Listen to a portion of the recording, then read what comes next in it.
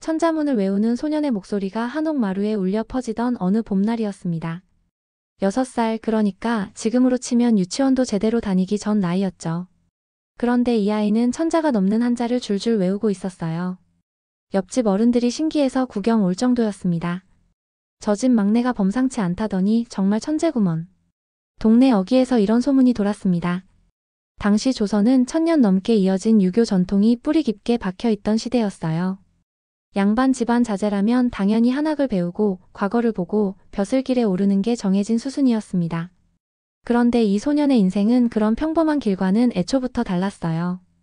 15이 되던 해 친구 하나가 이승만에게 말했습니다. 야, 서양 학문을 가르치는 학교가 생겼대.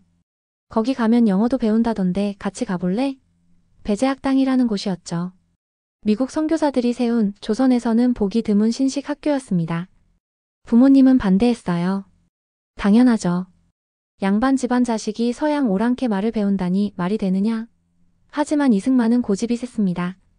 천자문을 외우던 그 또렷한 눈빛으로 부모님을 설득했죠. 세상이 바뀌고 있습니다. 저도 바뀌어야 합니다. 결국 배제학당에 입학했습니다. 그리고 여기서 기적이 시작됐어요. 단 6달, 반년 만에 영어를 완전히 마스터해버린 겁니다. 지금 시대로 비유하자면 인공지능도 놀랄 학습 속도였죠. 영어 사전조차 귀하던 시절이었어요. 선생님들이 깜짝 놀랄 정도였습니다. 이 학생 도대체 어떻게 된 거요? 이승만의 대답은 간결했습니다. 하루에 16시간씩 공부했습니다. 영어를 마스터한 이승만은 곧 조선의 현실에 눈을 뜨기 시작했습니다. 나라는 썩어가고 있었어요. 명성황후가 일본인들에게 시해당하고 고종은 러시아 공관으로 피신하는 치욕을 겪었죠. 젊은 지식인들은 분노했습니다. 이대로는 안 된다. 뭔가 바꿔야 한다. 이승만도 그중 한 명이었어요. 25살 혈기왕성한 나이에 그는 개혁운동에 뛰어들었습니다. 독립협회에 가입하고 만민공동회에서 연설했죠. 그의 목소리는 날카로웠습니다. 고종폐하, 제발 정신 차리십시오. 이대로 가다간 나라가 망합니다. 하지만 권력은 비판을 용납하지 않았어요. 1899년 이승만은 고종 폐위 음모에 가담했다는 죄목으로 체포됐습니다. 무기징역이었죠. 25살 청년에게 내려진 사형 선고나 다름없었어요. 서대문 감옥, 그곳은 지옥이었습니다. 좁은 감방에 죄수들이 빽빽이 들어차 있었고 여름엔 더위로 겨울엔 추위로 고통받았죠. 많은 죄수들이 병들어 죽어나갔습니다. 하지만 이승만은 달랐어요. 그는 감옥을 대학으로 만들어버렸습니다. 간수들에게 부탁해 책을 구해 읽었어요. 성경을 번역하고 죄수들에게 한글을 가르쳤습니다. 밤이면 철창 너머로 별을 보며 생각했죠. 언젠가 나는 여기서 나갈 것이다. 그리고 이 나라를 구할 것이다. 그런데 1904년 세상이 요동쳤습니다. 러일 전쟁이 터진 거예요. 러시아와 일본이 조선 땅을 놓고 전쟁을 벌이기 시작했죠. 고종은 절박했습니다. 미국의 도움을 청해야 했어요. 그런데 문제가 있었습니다. 영어를 할 줄 아는 신하가 없었던 거죠. 아니, 정확히 말하면 한 명 있었습니다. 감옥에 갇혀있는 죄수 이승만이었어요. 고종은 결단을 내렸습니다. 이승만을 석방하라. 그를 미국으로 보내라. 쇠사슬에 묶여있던 죄인이 하루아침에 조선의 밀사가 됐습니다. 감옥 문이 열리던 그날 이승만은 울지 않았어요. 다만 하늘을 올려다보며 다짐했죠. 이번엔 반드시 성공하겠습니다. 1904년 늦가을 이승만은 배를 타고 태평양을 건넜습니다. 한 달이 넘는 긴 항해였어요. 갑판 위에서 파도를 바라보며 그는 수없이 자문했죠. 내가 과연 해낼 수 있을까? 미국 땅을 밟았을 때 가슴이 두근거렸습니다. 이곳이 세계 최강국 미국이었어요. 높은 건물들, 전차가 다니는 거리, 전기불이 환히 켜진 밤거리. 조선과는 완전히 다른 세상이었습니다. 하지만 현실은 냉혹했어요. 이승만은 루스벨트 대통령을 만나려 했지만 문전박대당했습니다. 비서실에서 차갑게 말했죠. 대통령께서는 바쁘십니다. 약속도 없이 어떻게 만날 수 있습니까? 며칠을 기다렸지만 허사였어요. 알고 보니 미국은 이미 일본 편이었습니다.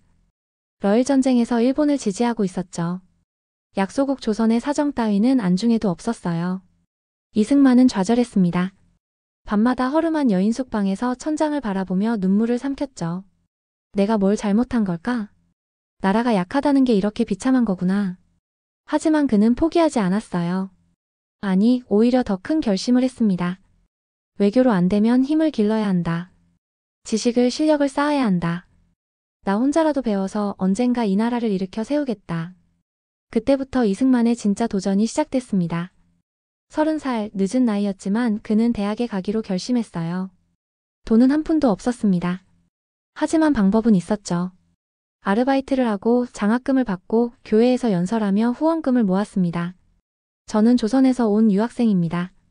제 조국은 지금 위기에 처해 있습니다. 여러분의 도움이 필요합니다. 그의 연설은 사람들의 마음을 움직였어요. 후원금이 조금씩 모이기 시작했습니다.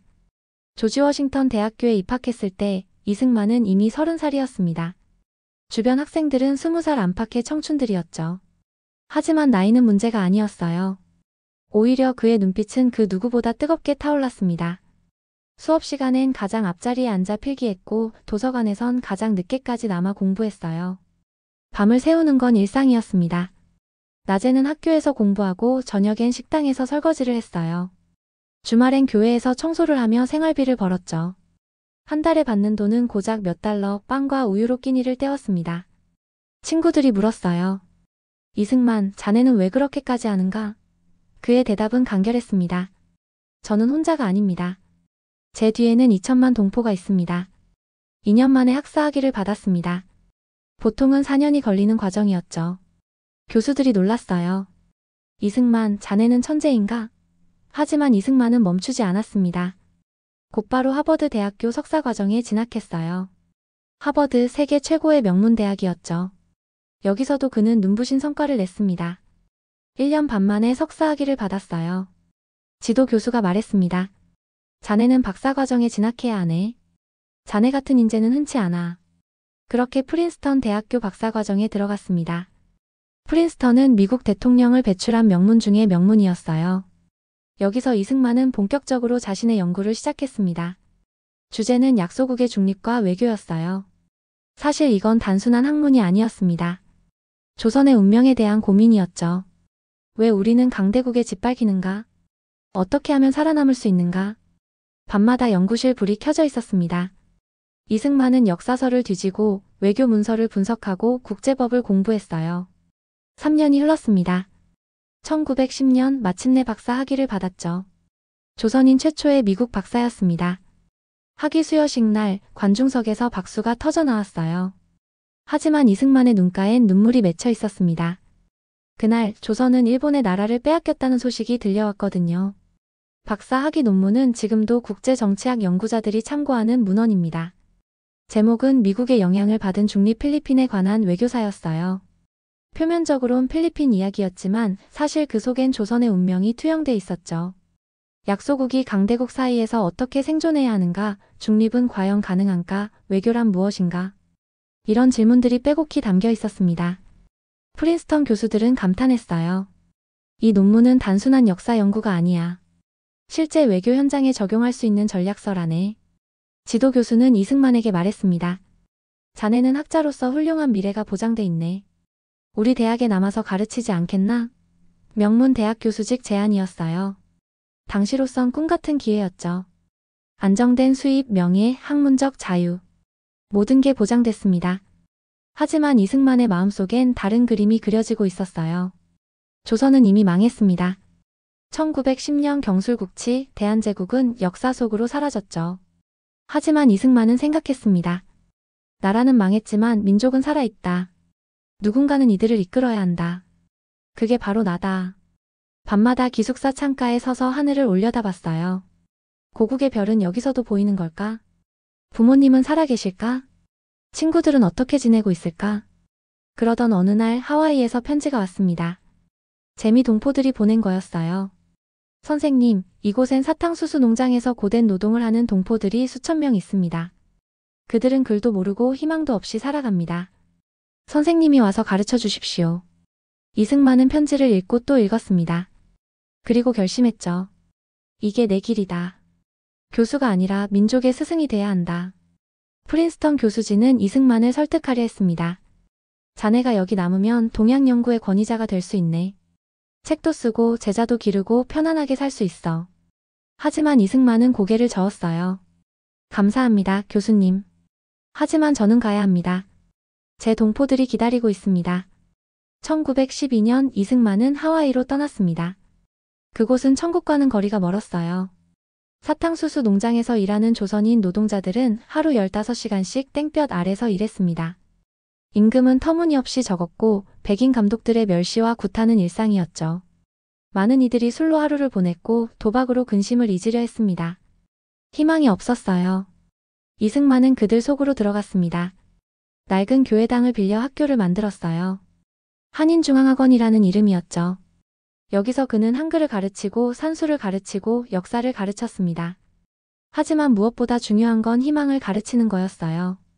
여러분, 지금은 비록 이렇게 힘들지만 언젠가 우리 조국은 반드시 독립합니다. 그때를 위해 준비해야 합니다. 밤에는 성인 교육을 했어요. 농장 일을 마치고 지친 몸을 이끌고 오는 사람들에게 이승만은 세계 정세를 설명했습니다. 지금 유럽에서 큰 전쟁이 일어났습니다. 이 전쟁이 끝나면 세계 질서가 바뀔 겁니다. 우리에게도 기회가 올 거예요. 사람들의 눈빛이 달라지기 시작했어요. 술집 대신 학교로 발걸음을 돌리는 이들이 늘어났죠. 하지만 이승만 자신의 삶은 너무나 가난했습니다. 교사 월급이라고 해봐야 형편없었고 그마저도 학교 운영비로 다 들어갔어요. 끼니를 거르는 날이 많았습니다. 옷은 해져서 기어 입었고 신발은 밑창이 닳아 구멍이 났죠. 친구들이 걱정했어요. 자네 그러다 병 들겠네. 좀 쉬게. 하지만 이승만은 웃으며 말했습니다. 괜찮습니다. 저는 이미 선택했습니다. 1919년 세상이 들썩였습니다. 3.1운동이 일어난 거예요. 조선 땅 곳곳에서 만세 소리가 터져 나왔죠. 독립선언서가 낭독됐고 사람들은 거리로 쏟아져 나왔습니다. 일본 경찰이 총을 쐈고 많은 이들이 피를 흘렸어요. 하지만 그 함성은 멈추지 않았습니다. 소식을 들은 이승만은 밤잠을 이루지 못했습니다. 이제 때가 왔다. 세계에 우리의 목소리를 알려야 한다. 그는 곧바로 상하이로 날아갔어요. 거기서 임시정부가 수립됐고 이승만은 초대 대통령으로 추대됐습니다. 대통령이라고 해봐야 정부 청사도 군대도 예산도 없었어요. 그저 낡은 건물 한 채에 모여 앉은 독립운동가들의 모임이었죠.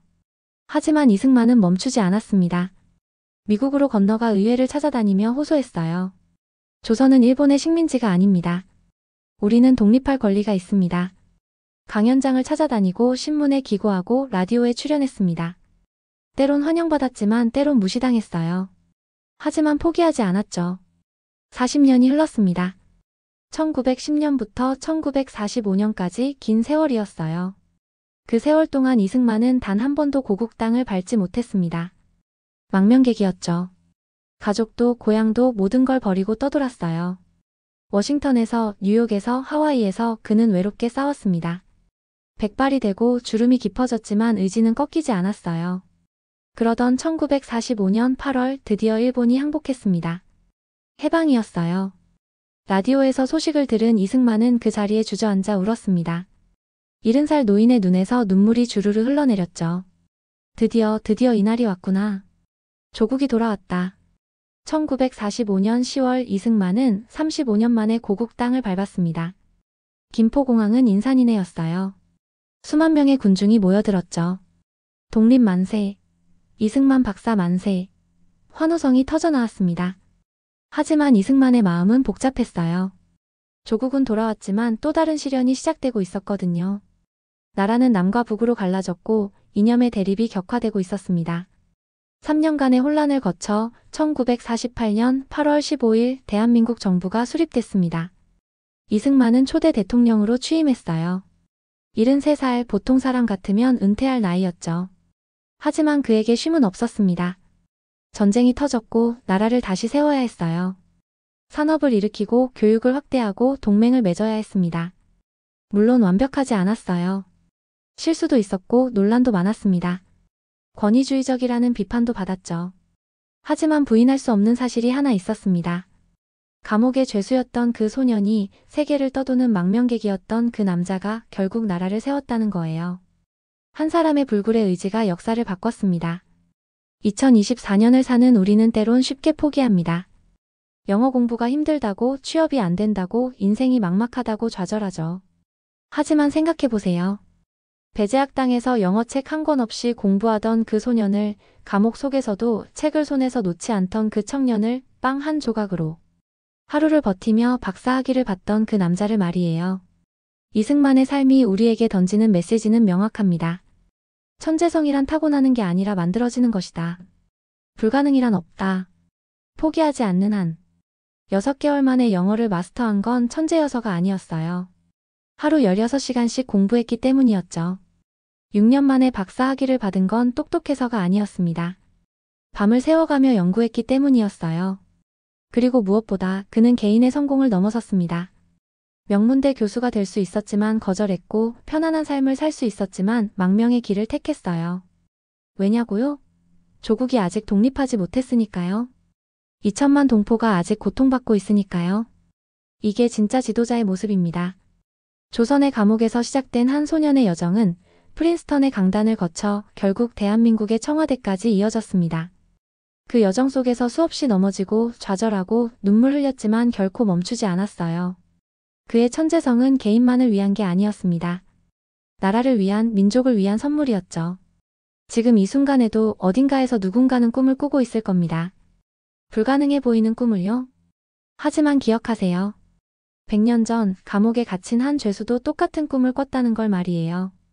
그리고 그 꿈은 결국 현실이 됐습니다. 여러분의 꿈도 그럴 수 있습니다. 포기하지 마세요. 이승만처럼 끝까지 걸어가세요. 그 길 끝에 여러분만의 대한민국이 기다리고 있을 테니까요.